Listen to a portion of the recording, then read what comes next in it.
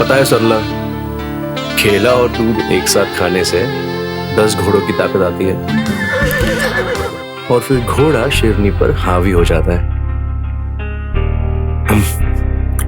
ये तो वक्त ही बताएगा कि तुम घोड़े हो या गधे।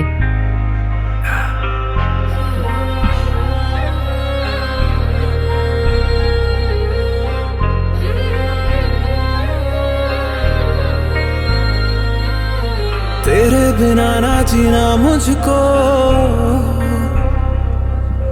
दिल की हर धड़कन में तू ही तू, तेरे ही प्यार का है जादू जो छाया मुझ पे तेरे हुस्न का है असर पास है फिर क्यों सर को यूं झुकाए, प्यार जरा सा क्यों ना तू दिखाए, भूल जा खुद को भूल जहाँ ये घुल के तू मुझ में रात दिन बिता रहे। इस रात का मुझे बरसों से इंतजार था, जब से मुझे एक औरत और मर्द के रिश्तों के बारे में मालूम चला, तब से मैंने सोच लिया मेरा पहला प्यार अपनी बीवी को ही दूंगा।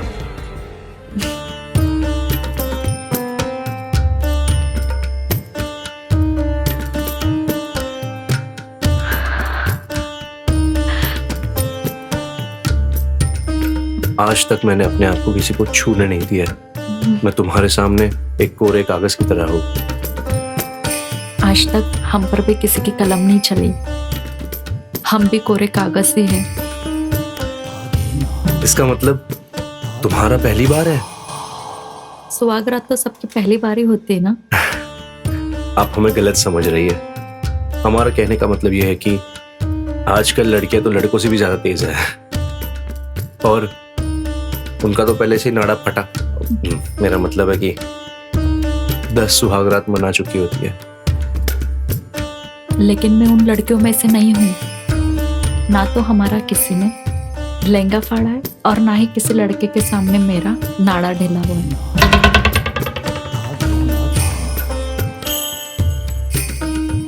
लहंगा तो काफी मजबूत लग रहा है, काफी जोर लगाना पड़ेगा इसे फाड़ने के लिए।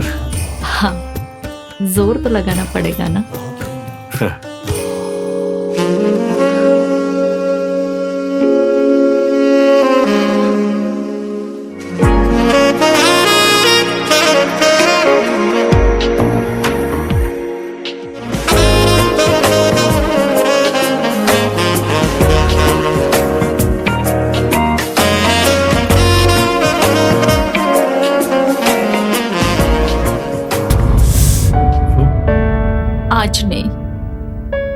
आज नहीं करते। लेकिन क्यों?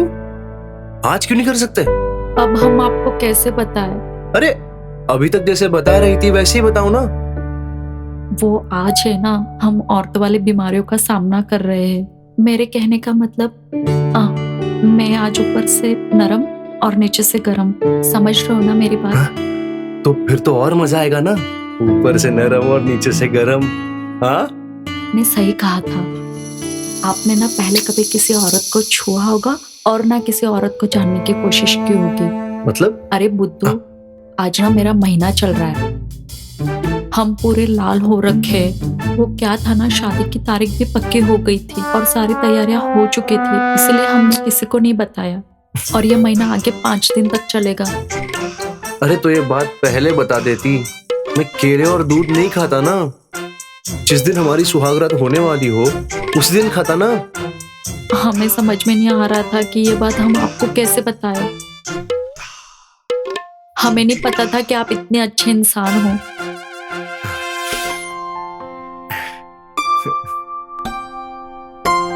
देखा राहुल, तूने आज तक किसी को हाथ नहीं लगाया ना, तो तुझे कितनी अच्छी बीवी मिली है, जिसका ना तो कोई अब तक नाड़ा खुला है और ना ही लहंगा फटा है। कहाँ खो गए? कहीं नहीं, मैं बस ये सोच रहा हूँ कि जब फाड़ूंगा तो कितना मजा आएगा। तुम तो बुद्धू के साथ साथ शरारती भी हो। थोड़े दिन तक तो रुक जाओ, हम खुद अपने आप को सौंप देंगे। मुझे उस वक्त का इंतजार रहेगा।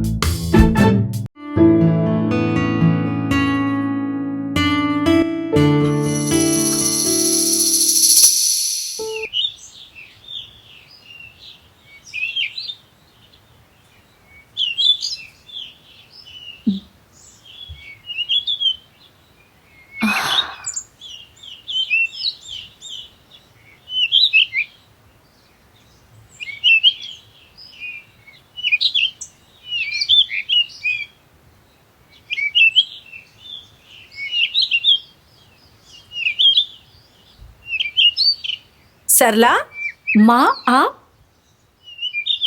कैसी है तू? मैं ठीक हूँ, आप कैसे हो? मैं ठीक हूँ। और तेरी शादीशुदा जिंदगी कैसी चल रही है? अब मैं माँ को कैसे बताऊँ? और तेरे पति का नेचर कैसा है? उनका व्यवहार तो अच्छा है ना? काश मैं तुम्हें सब कुछ बता सकती माँ। क्या हुआ तुझे? अभी तो इतना खुशी खुशी मुझे गले लगा रही थी और अचानक से मुंह बनाने लगी।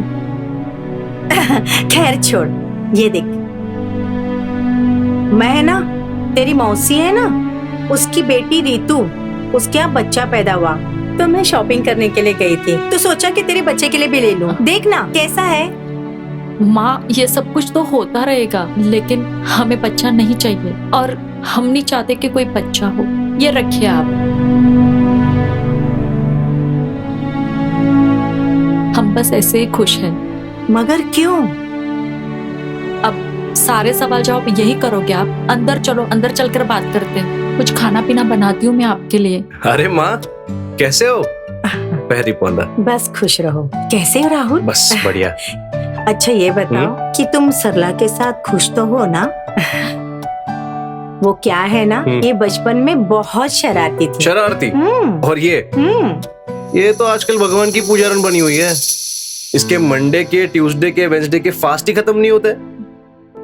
1 महीना खत्म होने आया है लेकिन इसके फास्ट खत्म ही नहीं हो रहे। एनीवेज माँ, मैं चलता हूँ। बाय। अच्छा माँ, आप अंदर बैठिए, मैं तब तक कपड़े सुखा कर लाती हूँ।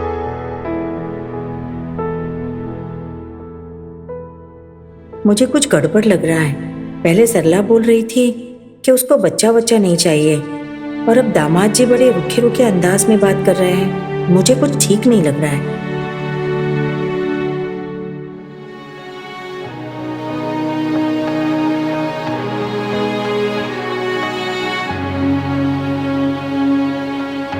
कहीं ऐसा तो नहीं कि दामाद जी नामर्द हैं, सरला को सुहाग रात में खुश ना कर पाए हो और इसीलिए सरला दामाद जी से दूर दूर रहने लगी है, और दामाद जी भी सही ढंग से बात नहीं कर रहे थे।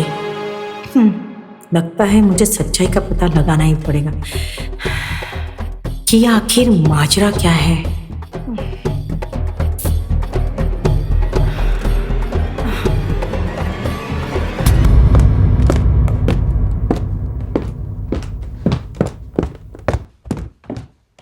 अरे माँ, मिलाई दीदी से? क्या हुआ माँ, सब ठीक तो है ना? आप काफी परेशान दिख रही हो। जीजू उन्हें दुखी तो नहीं कर रहे हैं ना? दीदी वहां खुश तो है ना? क्या हुआ माँ? माँ! परेशानी की बात तो है। मुझे कुछ ठीक नहीं लगा। सरला और राहुल के बीच में कुछ तो गड़बड़ है। सरला मुझे कुछ बुझी बुझी सी लगी और दामाद जी कुछ उदास से लगे। दोनों के बीच में कुछ तो परेशानी है। पर कैसी परेशानी माँ? मैं तो वहां कुछ देर के लिए थी, इसलिए जान नहीं पाई दोनों के बीच में क्या लेके अनबन है, मगर कुछ तो बात है जो अंदर ही अंदर दोनों को खाई जा रही है। ये आप क्या कह रही हो माँ?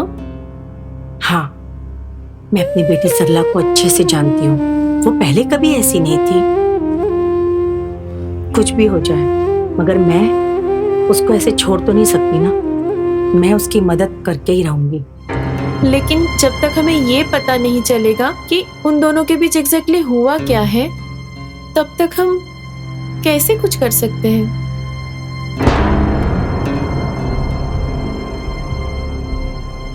तू मदद कर सकती है। मैं? पर कैसे? देख, तो ना कुछ दिनों के लिए उनके साथ रहने को चली जा, और वो तुझसे पूछे ना तो उससे कहना कि मेरे एग्जाम का सेंटर यहाँ पे लगा है पास वाले स्कूल में, इसलिए मैं यहाँ तुम लोग के साथ रहने के लिए आई हूँ। वो सब तो ठीक है माँ, लेकिन मैं ये कैसे पता करूँ कि उनके बीच चल क्या रहा है? मैं कोई जासूस थोड़ी ना हूँ। लगता है तुझे सब कुछ सिखाना पड़ेगा। देख, तो उनके साथ ना ज्यादा से ज्यादा वक्त बिता, जितना हो सके उतना करीब रहे, फिर बातों बातों में तुझे पता चल ही जाएगा कि आखिर माजरा क्या है, और वजह पता चल जाए तो उनको करीब लाने की कोशिश करना, है ना? हाँ माँ, इतना तो मैं कर ही सकती हूँ। ठीक है माँ, तो मैं जाके अपना बैग पैक कर लेती हूँ, ठीक है?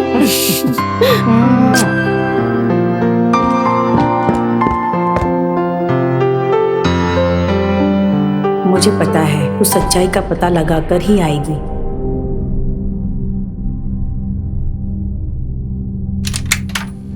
ये दरवाजा ऐसे क्यों खोल रखा है? दीदी, ये दीदी और जीजू कहाँ गए? दोनों में से कोई भी नहीं बोल रहा है। अंदर जाके बेडरूम में देखती हूँ। दीदी, लगता है दीदी बेडरूम में होगी, जाके देखती हूँ।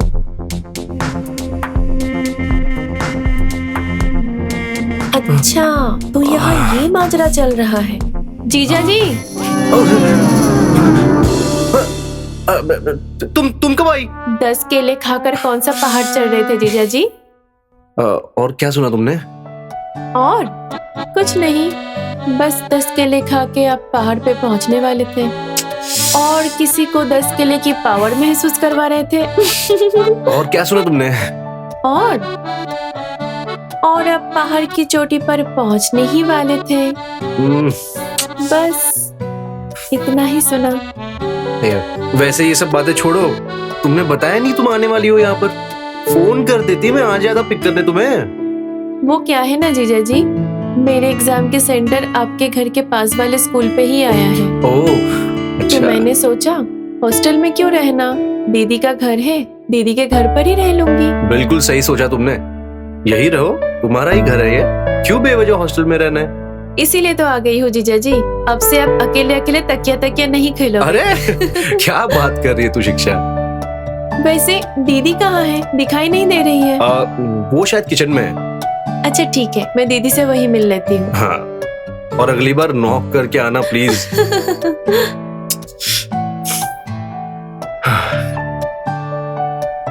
वैसे सपनों में क्या क्या कर लेता है इंसान। शिक्षा भी क्या सोच रही होगी मेरे बारे में, पता नहीं।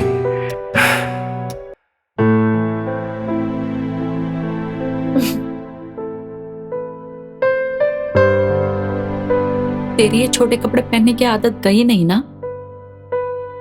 अच्छा ये बता, कोई बॉयफ्रेंड बना है कि नहीं? दीदी, मैं छोटे कपड़े सिर्फ अपने लिए पहनती हूँ, किसी को दिखाने के लिए नहीं।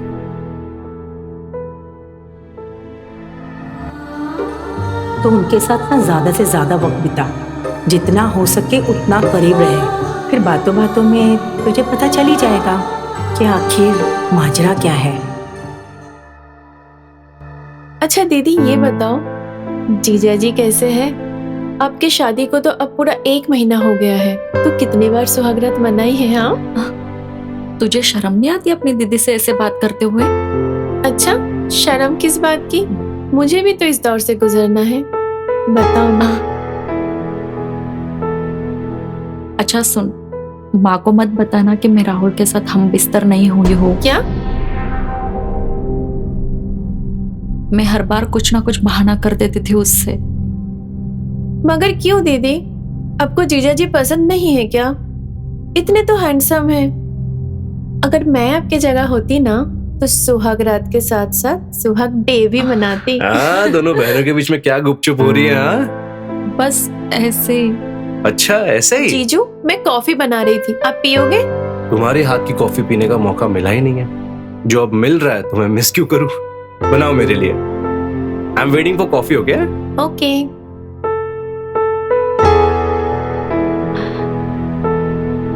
मैं आती हूँ।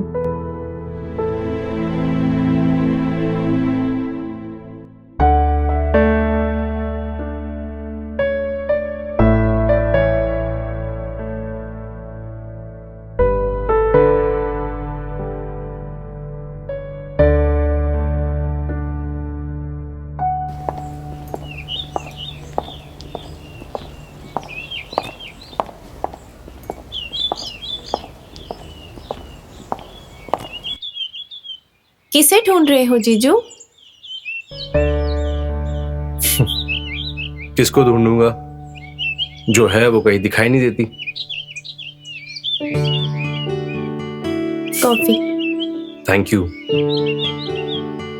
दीदी को इतने हैंडसम जीजू मिले हैं, फिर भी दीदी ने जीजू के साथ सुहाग रात नहीं मनाई। काश दीदी की जगह मैं होती तो दिन रात जीजू को होश नहीं लेने देती।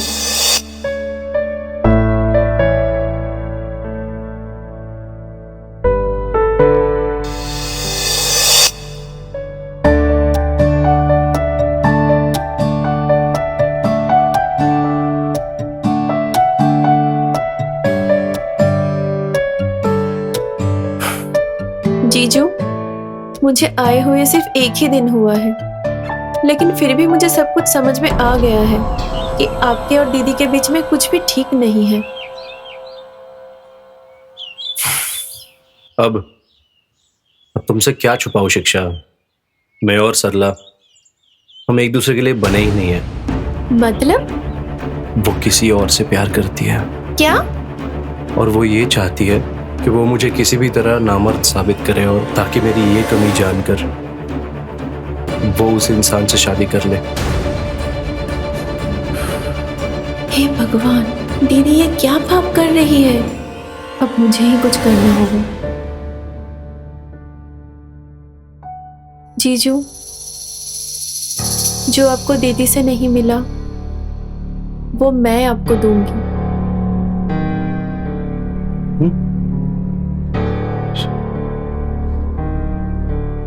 शिक्षा, हाँ? ये सही नहीं है शिक्षा।